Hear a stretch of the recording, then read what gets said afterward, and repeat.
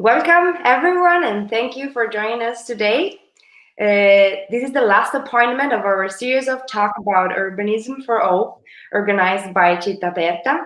And this series of talk deals with the complexity and the importance of rethinking urban spaces, in particular, how public spaces can affect our quality of life. We decided to present today a really interesting book that we think is the best way of ending this series of talks. And Cittàperta wants to point out the importance of having a more accessible, lively, and inclusive city. And the first words you will find on the book Feminist City are a better, more inclusive, and more just urban life. So we think it's just those words matches pretty well what we intend to propose for Brescia, our city. Since the talk is registered, in order to add Italian subtitles, if you have any question or if you feel free to post them on Facebook or YouTube, so we can read them and take care of forward them to our guest. We're pleased to have with us today Leslie Kern. Thank you, Leslie, for being here. Leslie is the author of 2 books on gender and cities, including Feminist City, Claim Space for in Man-Made World, and that's a book we're presenting today. Leslie holds a PhD in Women's Studies from York University, and he is currently an Associate Professor of Geography and Environment and Director of Women's and Gender Studies at Mount Allison University. Leslie writes about gender, gentrification, and feminism, and teaches urban, social, and feminist geography. Thank you very much for joining us, Leslie, and it's a real pleasure to meet you and talk about your book today. Thank you so much for having me. I'm happy to be here. Thank you very much. I'm going to start straight away to get to know more about your book. And we would like to know, how does it look, a feminist city? And how do you imagine it? And most important is how important it is to consider and include female in the urban planning. Yes, great question. In some ways, the feminist city might not look that different on the surface than the cities that we have today. However, I think if we dig a little deeper, what we would notice is that feminist cities are ones that are safe for everybody, where people feel included in all sorts of urban, public, and even in private spaces as well. It's a space where care work isn't confined to the home or solely the responsibility of women, but one that really values care work and brings that into public space. There's accessible infrastructure. There's a wide network of public transportation that doesn't completely prioritize cars over pedestrians, bicycles, and mass transit. There's mixed use areas with a variety of different services, workplaces, homes, schools, and so on that people can access in close proximity to their homes. There's affordable housing, there's interconnectedness of different places in the city. And maybe we would even see statues of women and places named after women, which is unfortunately still so rare in many cities. And I think in order to move us towards that vision, we do need to consider women in urban planning. So both having women at the table in those professions like urban design, landscape architecture, urban planning, and so on, because I think that it's difficult for people to imagine solutions to problems that they don't know exist. So the greater diversity of voices that we have in those rooms, the more we can figure out, what really does make a difference to people's everyday lives. And for a long time, women have very much been on the outside of planning processes. So it's time to bring them in and to hear what changes to the city would really create that safe, just, and inclusive place that we want to imagine. Yeah, I definitely agree, of course. And I really imagine it in that way too. In particular, because I experience it in the same way you do, as many women. And speaking about women, in your book, you mentioned many poets and writers, which are women, of course. And can you explain how those women like Ariane Rich, Virginia Woolf, and Elena Ferrante operate in the book? Yes. Well, thank you so much for noticing that. Nobody has really asked me this question before, but women have been writing about and considering the city for a long time, often in forms like fiction, short stories, and maybe even poetry. And unfortunately, they're not typically included as urban thinkers. In many cases, the ways that women kind of write the city and the experience of the city are different, and they draw on um, forms and ways of expression that have traditionally been considered more feminine and in more recent times have been kind of reclaimed as feminist ways of expression, which is to write from the body, right, from the embodied experience of place, to talk about emotions and to talk about the texture of everyday life, the things that are considered kind of too mundane and banal for, the grand visions of architects, like how do you get a stroller onto the bus, right? It doesn't seem like the most exciting question in the world, but it's that texture of everyday life. So women who have written and talked about the city in this way are often not taken seriously, but I wanted to, include authors like Woolf and Rich and Ferrante and others who place women's experiences kind of centrally in the city. So with Ferrante's books, Lila and Lenu, these young girls, they understand their place in the world through the relationship between their working class neighborhood and the city of Naples. And girls' lives are rarely considered in this way. People have talked a lot about those books and what they say about female friendship, but maybe it's also interesting to think about what they say about young women's relationships to place and to urban places as well. Yeah, it's really interesting, I think, to relate to literature and urban. I think it's a really good connection. I know you are a geographer, right? Yes. And it's kind of a tool that you use a lot, I think. Yes, I mean, I think if we confine ourselves to only academic writing about places and experiences, then we're going to miss a whole lot because there's so many people, not just women, but many other people who don't have access to those venues of publication and speaking and who have been excluded from the academy and from certain kinds of professions over time. So if we want to do things differently and to understand the world differently, we have to widen the scope of places that we look for that information, those stories about people's lives.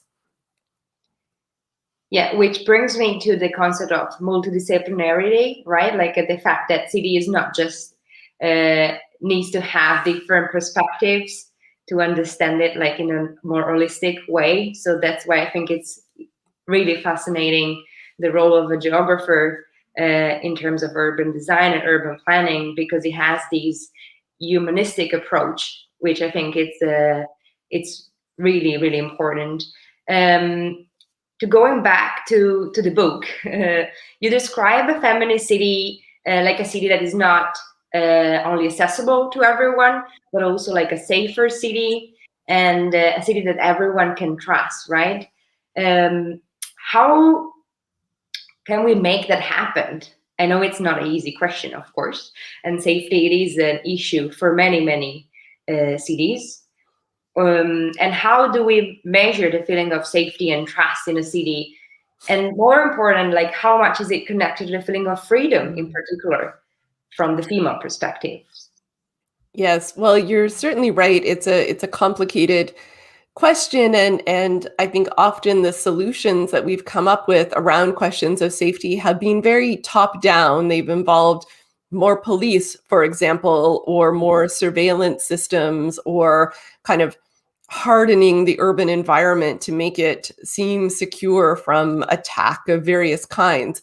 But I think for me, from a feminist perspective, safety starts from the ground up. And what that means is that when everyone has access to the things that keep them safe and healthy and flourishing, so home, care, education, health services, good food, and community, those are the things that will create that feeling of trust. When everybody knows that their basic needs will be met, then we can reduce the things that push people into crime and activities that create a sense of unsafety or fear in urban environments. So if we reduce poverty, if we deal with addiction in a humane way, if we take care of people with mental illness, then we build that safety from the bottom up. I think from a gender perspective, though, as well, we also have to remember that the conversation about safety in cities is not just about public spaces, because most of the violence that women face in their lifetime is in the home from people that we know. So thinking about domestic violence, this requires, a great amount of broad social change. But from an urban perspective, we could also think about how can we remove the barriers that exist to women leaving abusive relationships. So again, things like childcare, affordable housing, social assistance, a universal basic income. These would all be things that would help to ensure that women don't have to stay trapped in violent situations. Um, the second part of your question about feelings of trust in a city and how that's connected to feelings of freedom, I think if we look at some of the trends in cities over the last few decades, cities have become these kind of hardened places, perhaps in response to fears of like terrorist threats. So we have, military on the streets, we have spaces that have been designed to limit the possibility of attack. And unfortunately, what this security does is to create a situation where we're encouraged to feel threatened by each other or to view everybody with suspicion or to move through urban space feeling fear. So in some ways, we've traded freedom for security, but I would say that security and safety aren't the same thing. Security is a situation where we feel a lack of trust and we believe that we need these kind of extra powers coming from above to protect us from an unnamed threat. But safety is a feeling that comes when there is trust. And in that situation, we can have greater freedom because we are not limited by fear and we're not limited by all of this, kind of surveillance, over policing and militarization of our cities. Yeah. And when you were talking about the urban environment and safety, of course, he came up to my mind, Jane Jacobs, and the concept of eyes on the street, because you were describing something similar, right? Like the community that watch after the community himself, right? And creating these network. And yeah, and I think it's a great concept that I think it will be much better than having, security cameras or police and the way we are dealing right now, as you were saying, which is probably not the way to go. And hopefully Exactly. we can change our perspective at one point. Speaking about, you were talking about violence in that most of the time happens inside the home, right? And that's of course a problem that became more and more like a problem during the global pandemic that we are living in right now. So I want to ask you, what do you think about like how the pandemic relieved about how cities should change to be feminist, and how do you hope these changes will occur? Yes, I think you're right. The pandemic has reminded people in many ways of the existence of domestic violence and the fact that the home is not a safe space for many people. It's also revealed to many people that we, in many societies at least, have ignored the necessity of care work for too long. We've relied on a kind of unspoken, ongoing gendered division of labor in the home that places a disproportionate burden on the shoulders of women. And similarly, a gender division and a pay division in terms of who does this work in the public sphere, right? Who looks after children, who's healthcare workers, who works with the elderly. These jobs have all been really devalued. They're not paid very well. And in many ways, the pandemic has been a crisis of care.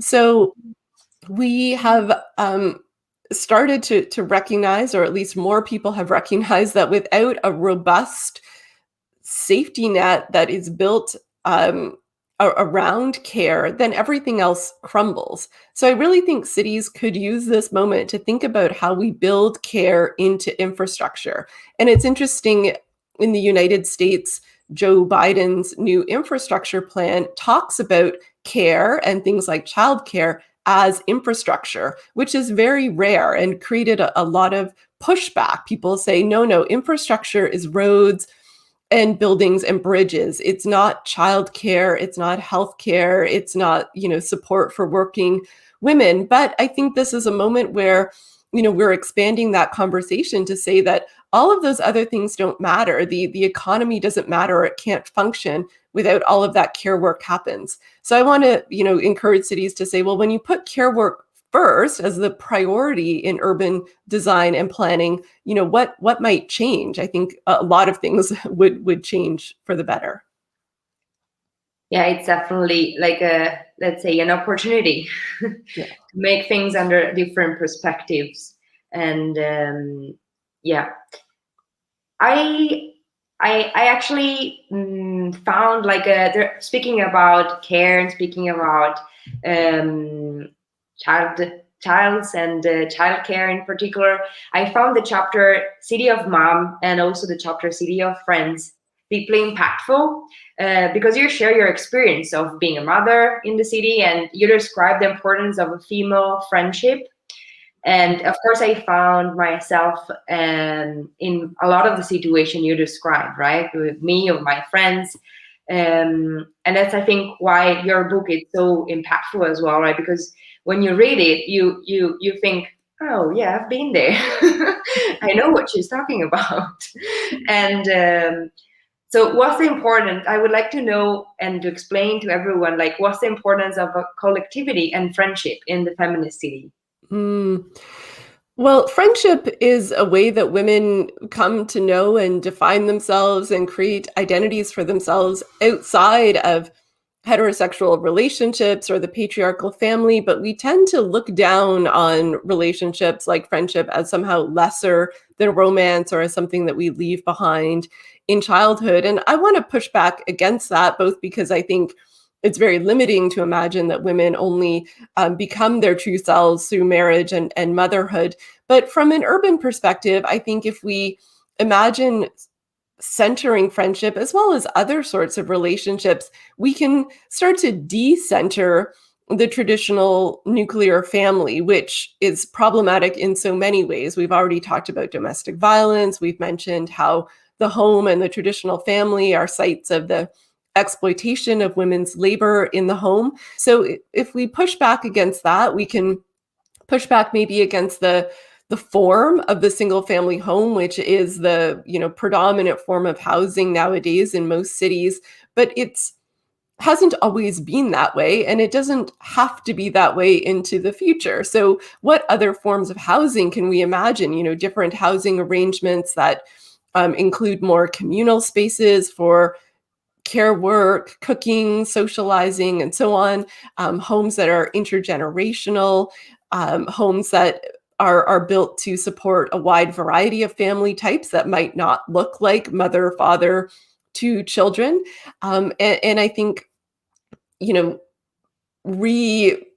revaluing friendship is a way that helps to maybe loosen those binds of assuming that the normal life course and the normal way to live is within, a very small nuclear family unit. Yeah, and how is it to be a mom in a city? I'm a mom, and I know, but I mean, I think it's important also to explain to who is not the mom, what are the difficulties that moms are facing. Yes, when I became a mom in the city, I was living in London at that time, and it was the first moment that I had really felt like the physical environment of the city was now out to get me. I, just trying to move down busy sidewalks to get onto public transportation, using a stroller to find a place to feed a baby comfortably, whether you're nursing or bottle feeding, to change a baby, to just generally have space for all of those care activities. It was so limited. And in fact, I felt like people were a little bit hostile as well, in that I was kind of taking up space, or we were making noise or doing activities that were believed to be, more properly confined to the private space of the home, right? It's not acceptable to do these things out in public. And we still see this when women um, all over the world who nurse babies in public are asked to leave spaces or told to cover up. We still have this assumption that these are not public activities. So the experience of being a mom in the city was one where all of the spaces, the mobility that had previously been very accessible to me, suddenly seemed very shut down, very narrow. I felt much more constrained to my neighborhood, much less able to engage in the kinds of activities that I had wanted to do before. And I think, every woman somehow thinks that this is her own problem. And we haven't maybe connected the dots that it's not just you that's experiencing it in this way, it's millions of people. Yeah. And I think it's interesting to also see how different societies are, let's say, dealing with these problem differently. Like, I used to live in Denmark, as I told you before, and there it's, I mean, the society is much more ready for like being open up to families, to mothers, to have, for instance, seems like a silly things, but the changing room is in the middle of female and male bathrooms. It's Yes. not only in the female bathroom, which makes a difference, right? So it is more like a thought through, let's say, this equality situation. So yeah, so and in Italy it's definitely not the same. So I think it's interesting, like, to see and to get inspired from somewhere else, where things are, I mean, it's not perfect, of course. It could be better, but it's on the right direction. Let's see. Mm-hmm. And just one more question, which is about like again, like how to plan a city in the right direction, right? So to plan a city that takes in consideration females and the feminist urbanism as a tool for designing a city for everyone, instead of relying on the feeling or to the urban planner or the counselor of a specific city. Do you think it would be possible to introduce guidelines in the urban planning process, or, for example, like introducing a new expert figure such as a gender city manager? Or do you have an example of something similar to that? Well, I love that idea of the gender city manager. So I think that would be fantastic. I think a lot of cities, um, had municipal offices that were like status of women or equity offices, but in the age of austerity of the 90s and through to today, a lot of those offices have kind of been cut. So we could definitely see a resurgence of those. But more broadly, yes, it is quite possible to do this. So cities like Barcelona, for example, do have a gender urban plan. And when there are, new development projects, whether it's a park or public transportation route or the reorganization of space in some way, they have a participatory process where people in the neighborhood, and women in particular, are invited to come and sit down together to think about the things that would make their lives better, and of course the things that they don't want as well in their neighborhoods.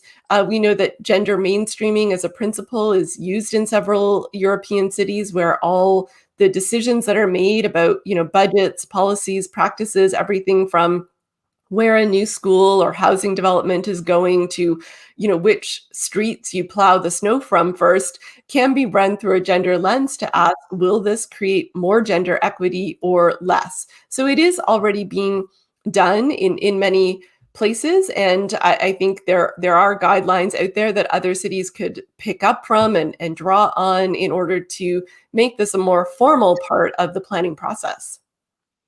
And what will be your, let's say, top 3 or 4 guidelines for like planning a city as a feminist city? Mm. Well, I think we need to look at the mobility infrastructure of the city, which has been set up to really prioritize, especially here in North America, getting the male commuter from the suburbs into the central city and back again on a kind of 9 to 5 schedule. And this doesn't really take into account the reality of many women and many men's work and home life schedules that don't function on this kind of old-fashioned model anymore. So we need transport networks that connect residential areas to one another, as well as to the central business district, that run more widely at different times of the day, that are accessible, that are affordable. So mobility is a big piece. Certainly, I think, safety does continue to be a big piece of the puzzle. But as I said, I don't advocate for more safety through policing. I advocate for more safety through people having their fundamental needs met by society. I think if cities also wanted something kind of easy to start with, we could think about things like more public restrooms and all gender public restrooms and restrooms with space for care of children, disabled people, the elderly, and so on. And also things like the symbolic, I mentioned statues at the beginning. This seems like a small thing, but I think the urban environment tells us stories about whose lives are important, whose histories matter, who is valued and venerated in society. So if we name places after women or other marginalized people, if we include statues to their stories and histories, if we acknowledge those histories in public space, then I think we start to create that more inclusive environment that we're looking for. Yeah, it becomes like a learning opportunity for everyone, right? Yes. Yeah. Well, I think we're really happy we had the possibility to actually talk with you and get to know you today, and also to present and introduce your book to everyone. It's a truly inspiring book and I really recommend everyone to run to the bookshop, Nuova Libreria Rinascita, which is our partner for all those talks, and get a copy, because it is really, really interesting to read and discover the city from a different perspective.